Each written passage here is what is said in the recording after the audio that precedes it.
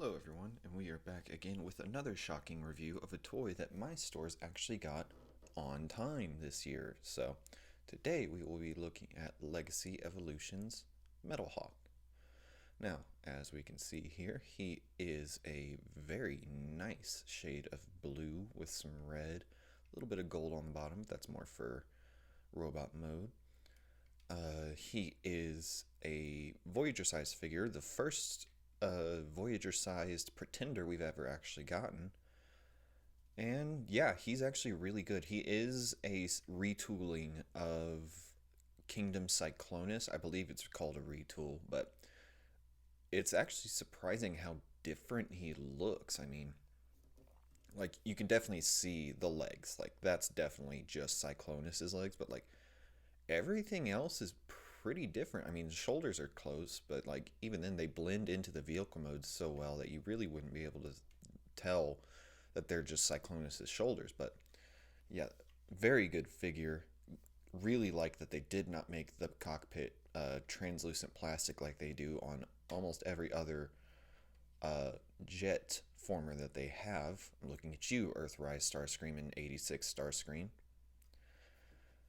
So yeah, it's pretty good, as you can see. They did skip out a little bit on the paint here. Would have really liked to have seen more of the blue or maybe even some of the yellow worked in here to help kind of break it up, but Hasbro's never really been too good at the paint job on specific figures. So moving on from that, he does come with 3 accessories. And he comes with a sword, just done up in gray plastic because apparently Hasbro ran out of budget on the paint.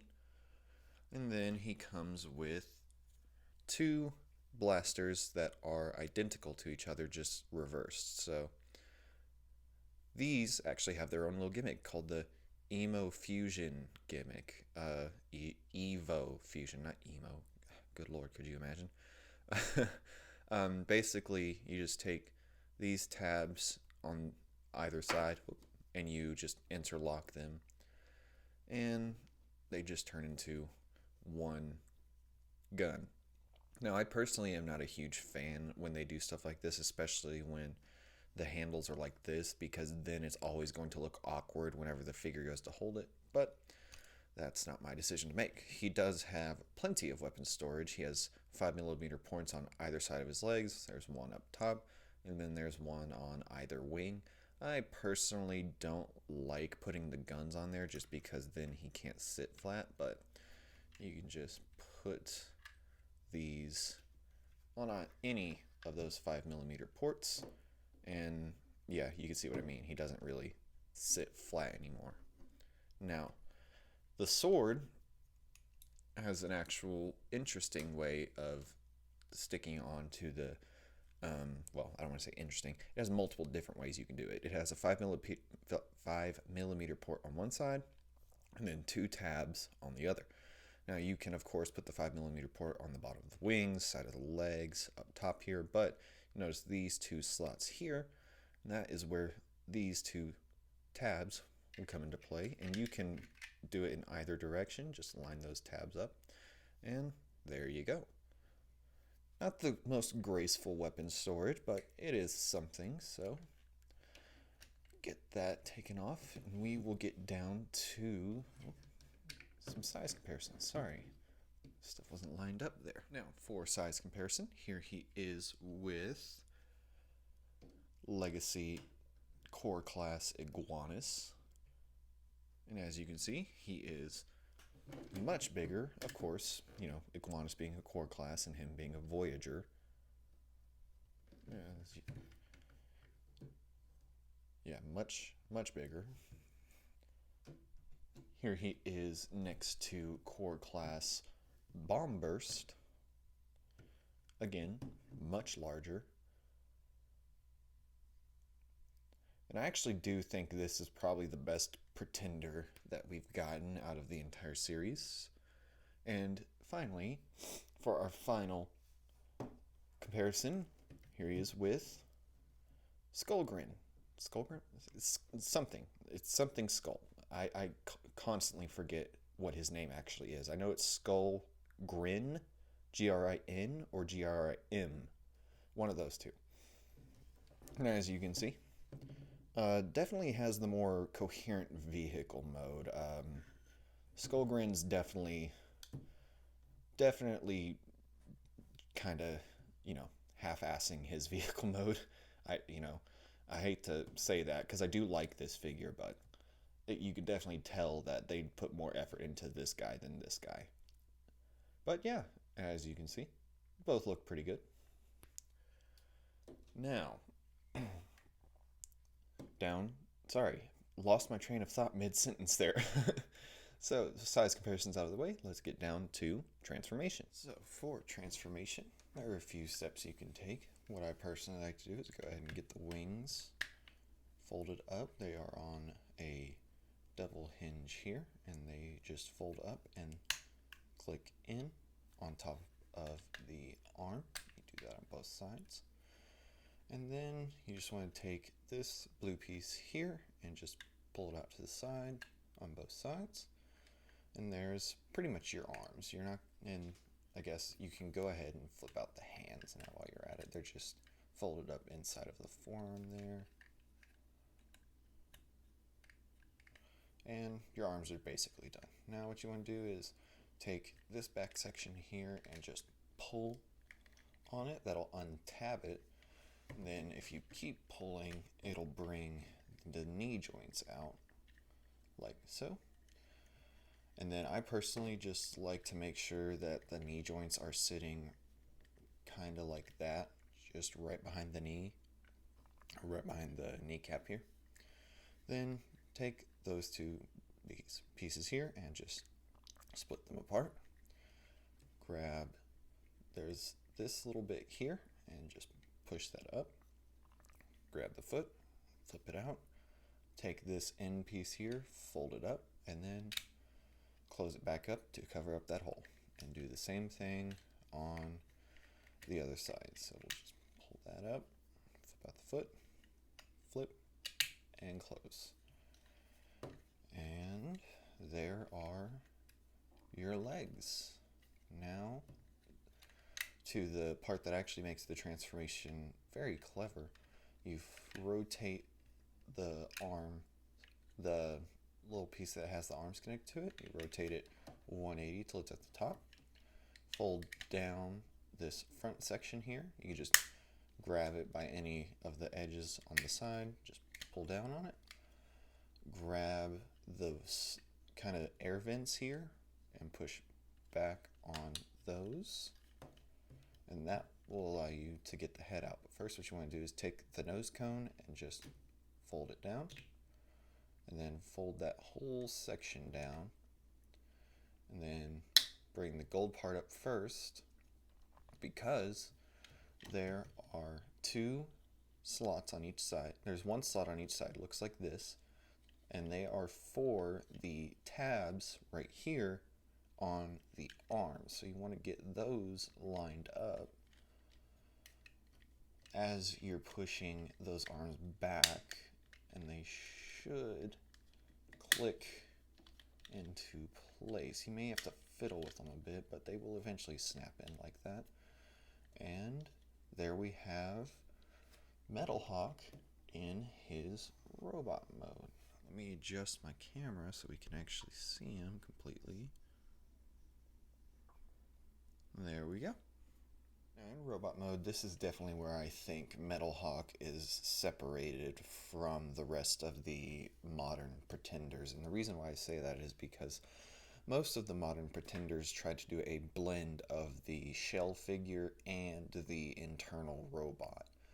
And I think that's why a lot of the compromises to figures like Skullgrin were made, so that they could do a good blend of the two. Whereas with this guy, it looks like they've gone completely just in favor of going for the inner robot instead of trying to do a blend of the two. Now, I could be completely wrong.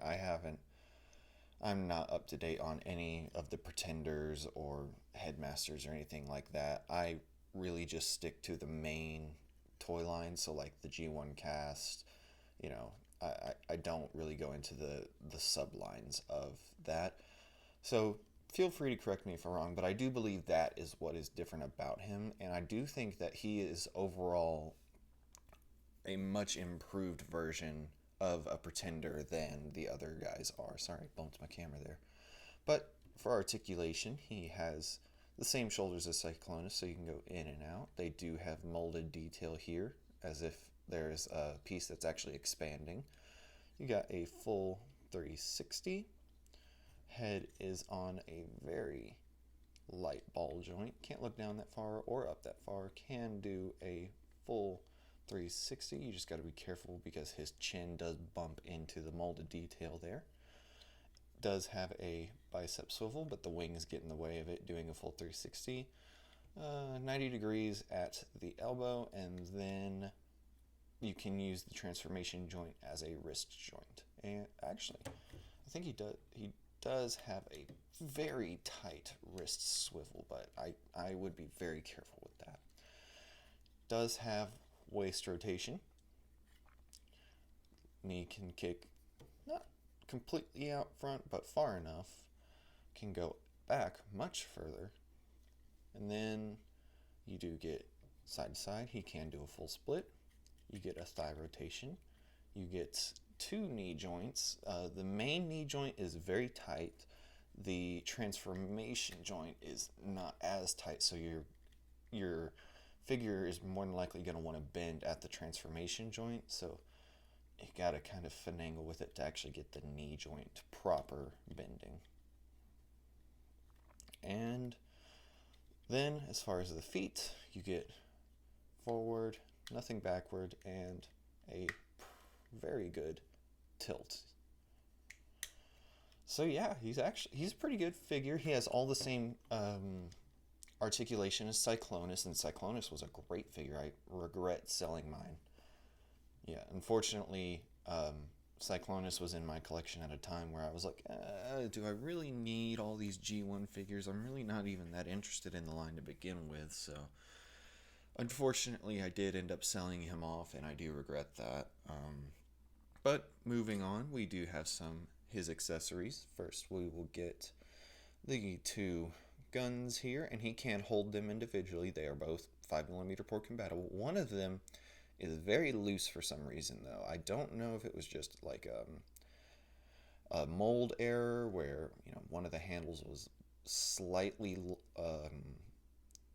smaller, but for some reason just the 5mm port on one of these does not work. And again, Evo Fusion, you can just click them together like that, and he can hold it either of his hands. So it's this left gun here. That's the one that's loose. And he can just hold it. I think he has all the same 5mm ports as Cyclonus, so you can add them pretty much anywhere. His hands, he's got ports on his elbows, legs, some on his feet. He's got one on his back, so there is no shortage of customizability with this guy, especially if you get the was it Scrap Hook? Is he is that the name of the new Junkion weaponizer gimmick? Anyway, he also still has his sword, and same thing. You can just hold it in his hand. He unfortunately doesn't have any wrist rotation downward, so he can't do the sword pose where he's pointing with it, but yeah, and that's kind of a shame because Skullgrin does have that, and Skullgrin kind of has that, but it's not the end of the world.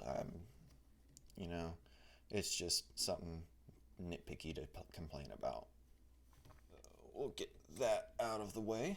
Sorry. And we will get down to some size comparisons. So, up first we have Deluxe Class Skullgrin. As you can see, Skullgrin is quite a bit shorter than he is. We have Core Class Iguanus.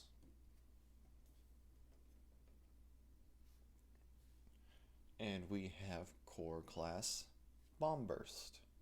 If Bomb Burst will work with me and actually stand up. There we go. So yeah, as you can see, he is definitely the largest one, obviously, because he's a Voyager. And I actually think he's the most complete of them all. I mean, you look at figures like this, and in order to do the bat wings, his backpack has to be sticking out like that.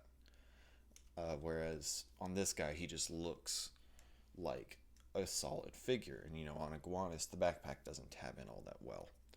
Skullgrin looks really good in robot mode, but his vehicle mode looks incomplete. So this is definitely the best of the pretenders that we've gotten so far. But with all that being said, that has been my review of Legacy Evolution's Voyager class Metalhawk. And I will see you guys next time.